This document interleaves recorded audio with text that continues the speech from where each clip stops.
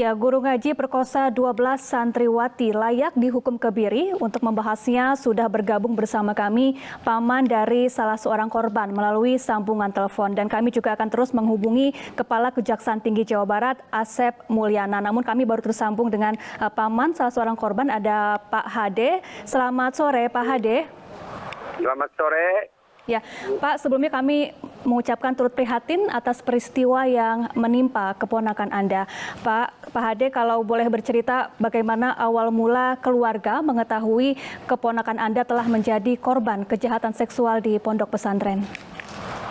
Kejadiannya itu pada saat anak-anak pulang dari pondok pesantren, pulangnya setahun sekali, mungkin hari raya. Kebetulan keponakan aku itu ada perbedaan di badannya, selayaknya orang hamil. Karena badannya itu ada perbedaan, ada kecurigaan, terus ditanya sama keluarga. Yang pertama nanya itu ibunya, dia belum bisa menjawab. Awal mulanya seperti itu kejadiannya.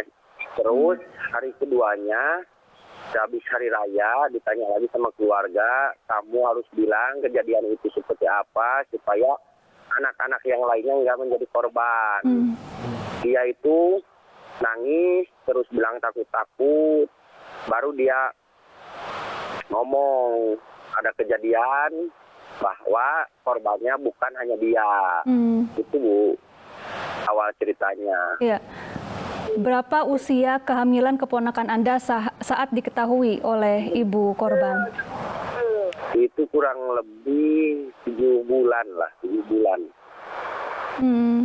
Saat keluarga mengetahui bahwa keponakan Anda telah hamil, kemudian apa yang langsung dilakukan oleh keluarga? Langsung mendatangi pondok pesantren dan mencari pelakunya, begitu Pak? Tidak, kami berkoordinasi dengan P2TB2K Kabupaten Garut, terus ada pendampingan membuat laporan ke Polda Jabar untuk memberikan keterangan tentang kejadian guru pesantren tersebut, gitu Bu. Baik, apa iming-iming pelaku terhadap keponakan Anda saat pertama kali melakukan aksinya kepada korban? Ya mungkin dia ada sisi menakuti, ada sisi memberikan untuk pekerjaan ini itu, kata anaknya itu cuma keterangannya cuma seperti itu. Di mana pelaku ini melakukan aksinya? Apakah di pondok pesantren tempat keponakan Anda menuntut ilmu? Betul, di tempat lokasi itu. Jadi di lingkungan pondok pesantren ya Pak? Di lingkungan pondok pesantren.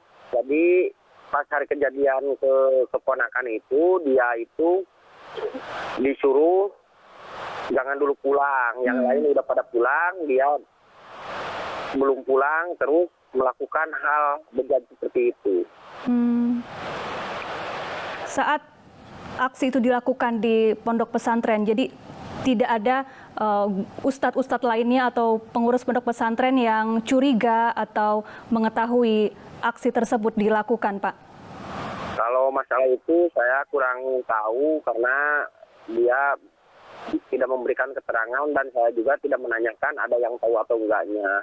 Yang jelas anak-anak udah pada tahu jadi korban kayak gitu, cuman dia nggak berani untuk mengungkap karena selama 1 tahun tidak diberikan untuk komunikasi dengan orang tuanya. Bahkan kalau pulang ke Garut juga, baru 3 hari udah dijemput lagi sama dia. Berapa kali korban melakukan perbuatannya kepada keponakan Anda, Pak? Ya, kurang lebih selama 5 bulan mungkin. 5 bulan? Nah. Baik Pak Hade, kita juga telah tersambung dengan Asep Mulyana, Kepala Kejaksaan Tinggi Jawa Barat. Selamat sore Pak Asep. Selamat sore Mbak, Assalamualaikum warahmatullahi wabarakatuh. Waalaikumsalam warahmatullahi wabarakatuh. Pak Asep, seperti apa perkembangan pemeriksaan terhadap perkara ini yang saat ini sudah bergulir di persidangan? Ya, terima kasih. Jadi perlu saya jelaskan, perkara ini sekarang sudah dalam tahap penuntutan ya. Di Pengadilan Negeri Kelas 1 Bandung, ya. Dan saat ini tengah memeriksa saksi-saksi, pemeriksaan saksi-saksi. Perkara ini kami atensi, kami menjadi perhatian. Oleh sebab itu, maka persidangan kami laksanakan seminggu 2 kali, ya. Seminggu 2 kali untuk mempercepat proses ini dan untuk memastikan bahwa hak-hak korban, terutama perlindungan korban, itu terpenuhi.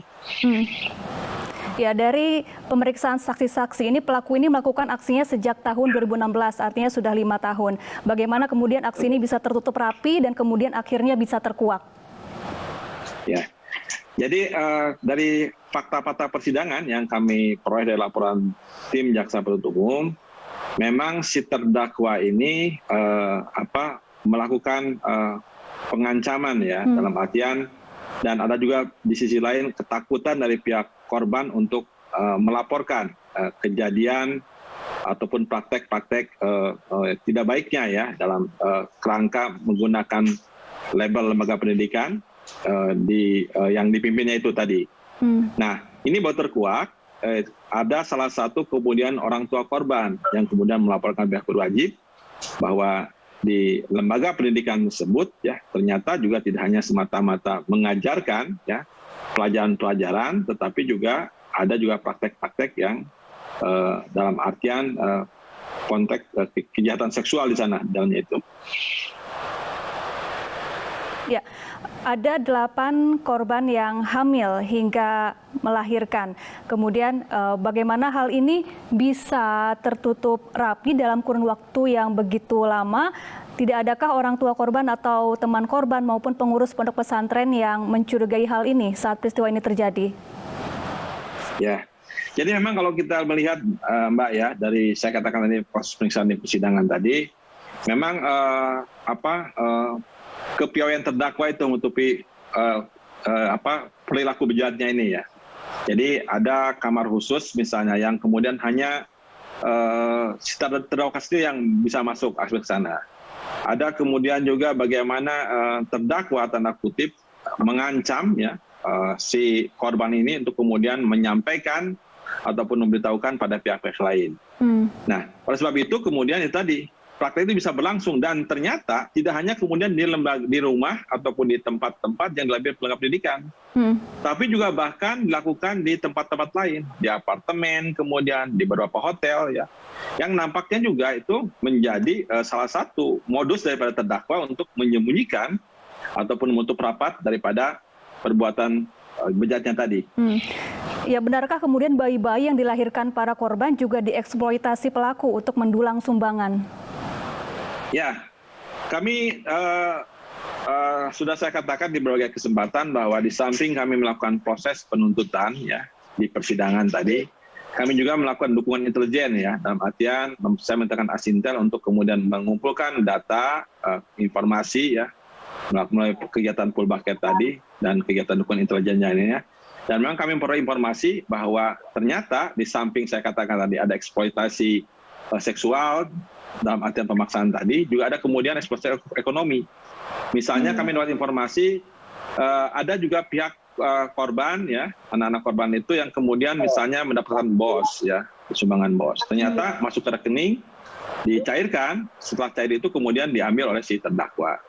Kemudian juga ada misalnya pihak-pihak lain yang bersimpati, ya, dan memberikan sumbangan ke lembaga pendidikan tersebut, ya. Tapi kemudian setelah tamu itu pulang, ya, kemudian diambil oleh yang si terdakwa itu. Dan juga banyak kemudian hal lain yang dilakukan si terdakwa, sehingga itulah yang menjadi sarana bagi pelaku untuk tadi bisa menyewa apartemen, bisa kemudian keluar masuk hotel, ya, dengan menggunakan dana dari hal itu tadi. Baik. Saya ingin bertanya kepada Pak Hade, paman salah satu korban. Pak Hade, terakhir apa harapan keluarga atas kasus ini?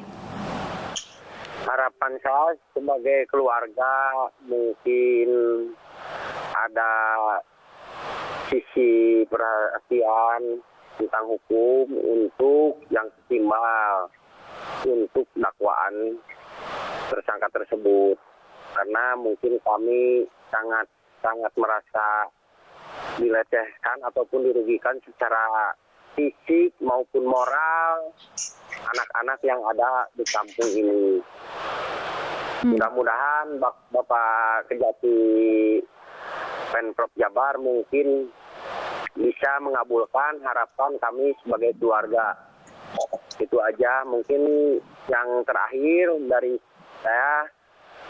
Terima kasih terhadap orang-orang yang telah simpati tentang kejadian ini, khusus TP2K Kabupaten Garut yang telah mendampingi selama ini.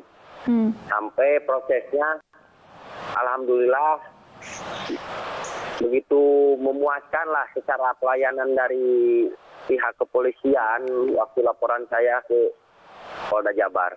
Itu mungkin yang bisa saya sampaikan. Baik, terima kasih Pak Hade, terima kasih juga Pak Asep, Kepala Kejaksaan Tinggi Jawa Barat telah bergabung bersama kami di iNews Sore.